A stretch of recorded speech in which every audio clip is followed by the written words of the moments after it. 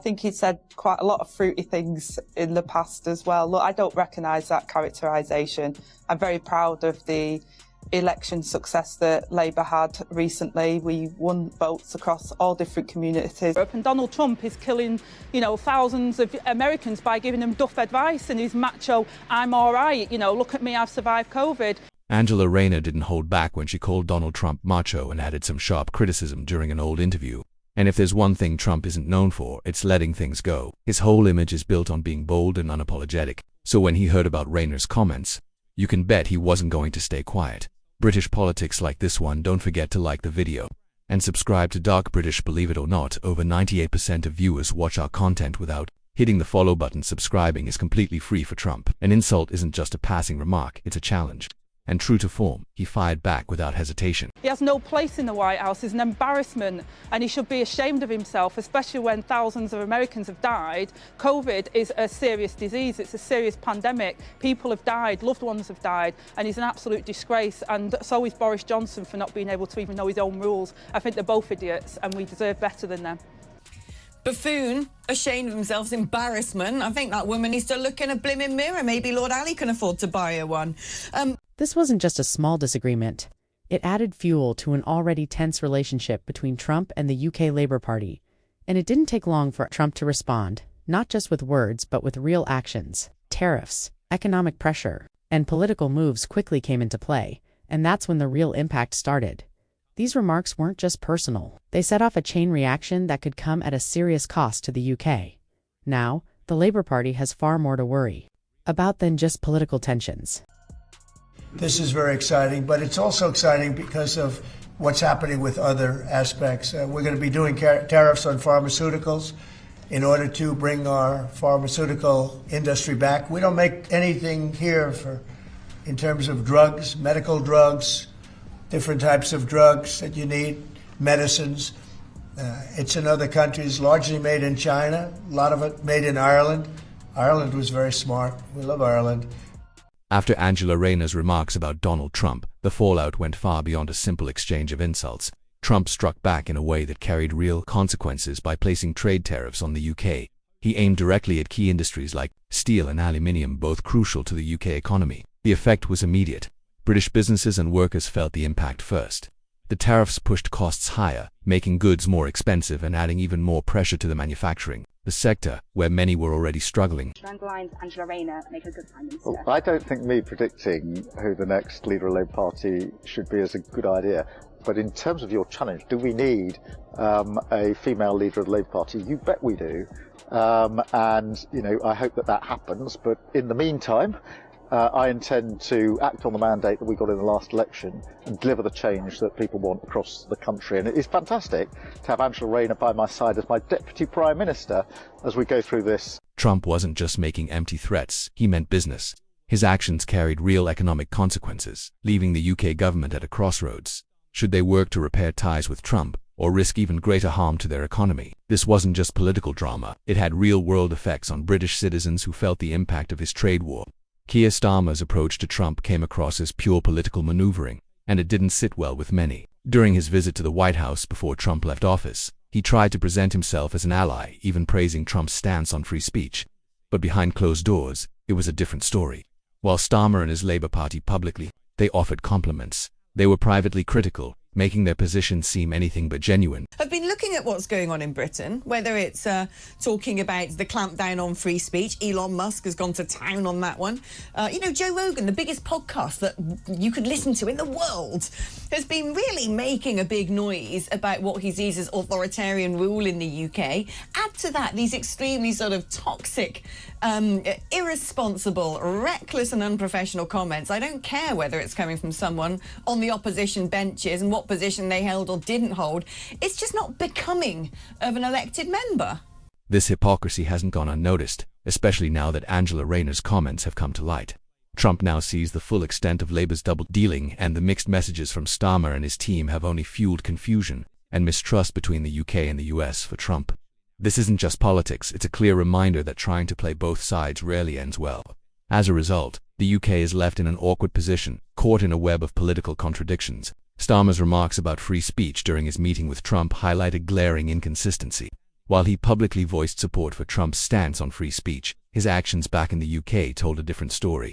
Instead of standing by the very principles he had praised, Starmer and the Labour Party continued to push back against Trump's policies, exposing a wide gap between their words and their actions. You've all taken a 2.8% pay rise as agreed by the MP's pay review body. The pay review body is independent. Hang on a second, is that particularly working class? All those things taken together, is that working class? All those things taken together, Tom, I've just explained to you, the winter fuel allowance people are over £400 better off because we protected the triple lock, we protected the most vulnerable.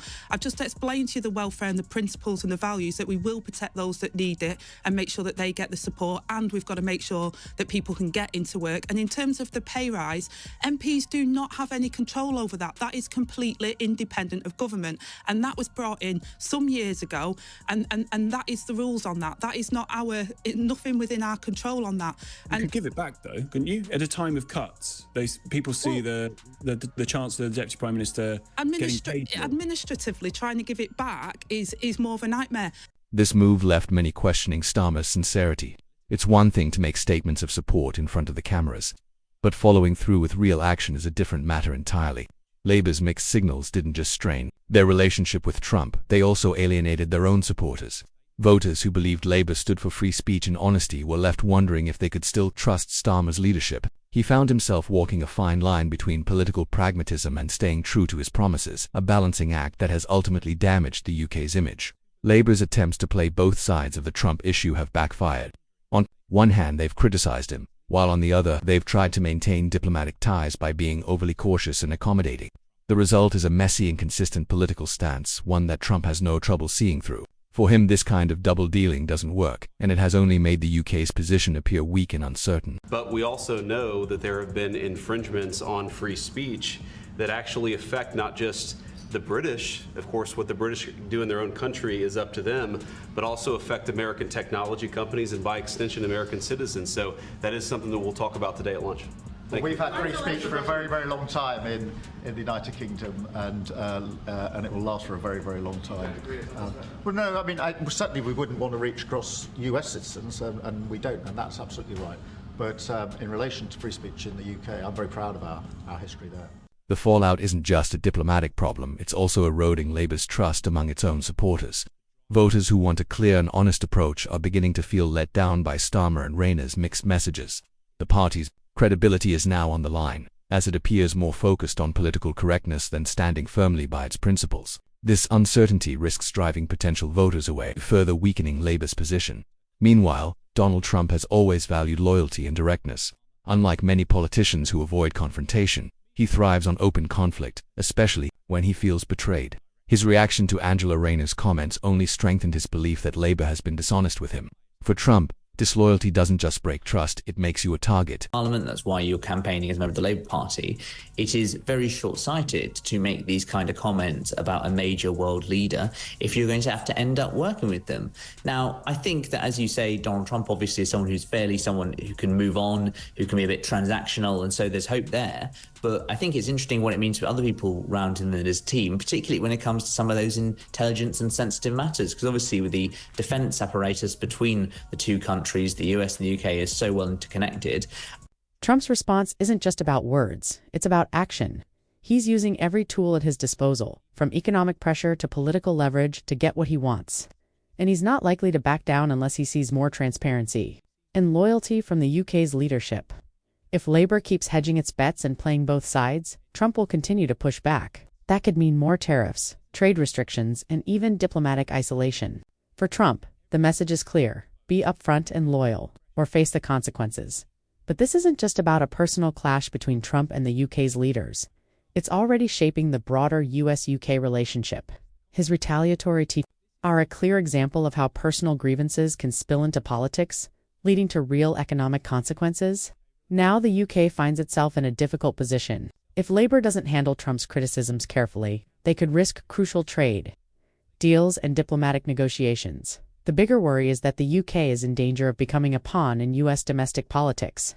Labour's inconsistent approach. 2. Trump has left the UK vulnerable, raising doubts about whether they can rely on steady support from Washington. As Trump continues to play hardball, Britain may struggle to secure favourable trade deals, especially when Labour's mixed signals have only added to the uncertainty. The US-UK alliance is at a crossroads, and how Britain navigates this fallout will determine its standing on the global stage. And politically, this actually gives a very strong arm to Nigel Farage, doesn't it? Because we know that he does indeed have Sir Keir Starmer's ear, doesn't have it, it might do, you never know, does have Donald Trump's ear. And my understanding as well is there might have been a little bit of encouragement by Nigel Farage to say to Donald Trump, hey, have a look at this Chagos Island stuff, and guess what? He's looking at it. So this is going to create a bit of a headache for the Labour Party, because they're probably going to have to go and cosy up to Nigel Farage a little bit if they want to have an interlocutor who could be quite effective in that position. Back in May, there was reports actually that Nigel Farage had been very important in facilitating that conversation between David Lammy, then the Shadow Foreign Secretary, and JD Vance, and getting those meetings over the line. And I asked Nigel about this, and he sort of just grinned and didn't downplay it, shall we say. So I do think that Starmer's handling of the Trump issue has raised serious concerns about his leadership within the Labour Party.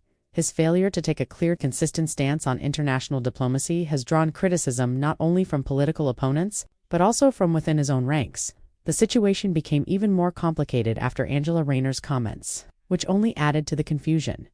Starmer's mixed signals have left Labour looking uncertain and weak on the global stage. Frustration is growing inside the party. Some members believe his approach has damaged Labour's credibility. Instead of standing firm on principles, Starmer has been accused of shifting positions to avoid conflict, making the party appear indecisive. These internal tensions could have lasting consequences, as more party members question whether Starmer is the right leader to guide the UK through its political challenges. Cracks within Labour are beginning to show. The bigger question is whether they can repair the damage before it's too late. Meanwhile, the world is watching closely. The UK's relationship with Trump is under intense scrutiny, and Labour's uncertain stance is raising eyebrows. Longtime allies may start to question whether they can rely on Britain as a stable partner in global affairs. If the party continues to send mixed signals, other nations could hesitate to enter trade deals or diplomatic agreements with the UK. A guy in America has to say about Britain. You've said, and the Prime Minister said, that he's crossed a line. Therefore, why don't you do something about the fact that he's crossed that line and prosecute him, use the existing laws on hate speech? Well, I'm not a lawyer, and I'm not qualified to judge whether he's broken the law or not. And to be honest, I've spent most of my time in recent days thinking about, and by the way, I'll be spending all of my time in the coming weeks and days thinking about how I can turn the NHS around and build a social care system fit for the future. But would you like that to be looked at? I'll be spending precisely zero time thinking about what Elon Musk thinks about this or anything else. I really don't care what a guy in America has to say about Britain. What I care about is what we, the British government, can deliver for the British people, and that's what we're focused on. Except he's not just a guy in America, is he? He is going to be in Donald Trump's cabinet. Donald Trump should be, the Prime Minister's talked. This situation has also placed the UK in a vulnerable position, risking political isolation as it struggles with the complexities of post-Brexit trade negotiations. Labour's inconsistent stance on Trump may be seen as a sign of weakness, especially with the already fragile US-UK relationship. As a result, Britain faces a difficult path ahead, trying to uphold strong international alliances while navigating the fallout from this diplomatic misstep. The ongoing uncertainty over the country's political direction only adds to these challenges, making it harder for the UK to maintain its influence on the global stage. The fallout from Angela Rayner's remarks, paired with Donald Trump's swift response, has shown just how fragile Britain's position is right now. Labour's mixed approach toward Trump, along with Starmer's lack of consistent leadership, has left the UK open to global criticism. With key trade deals and international partnerships now at risk, it's becoming clear that Britain needs a far more transparent and united strategy to face these challenges head-on. The big question is, can Labour recover from this, or is the damage already too deep? Share your thoughts in the comments below. And if you enjoyed this video, don't forget to like and subscribe for more in-depth coverage. Thanks for watching.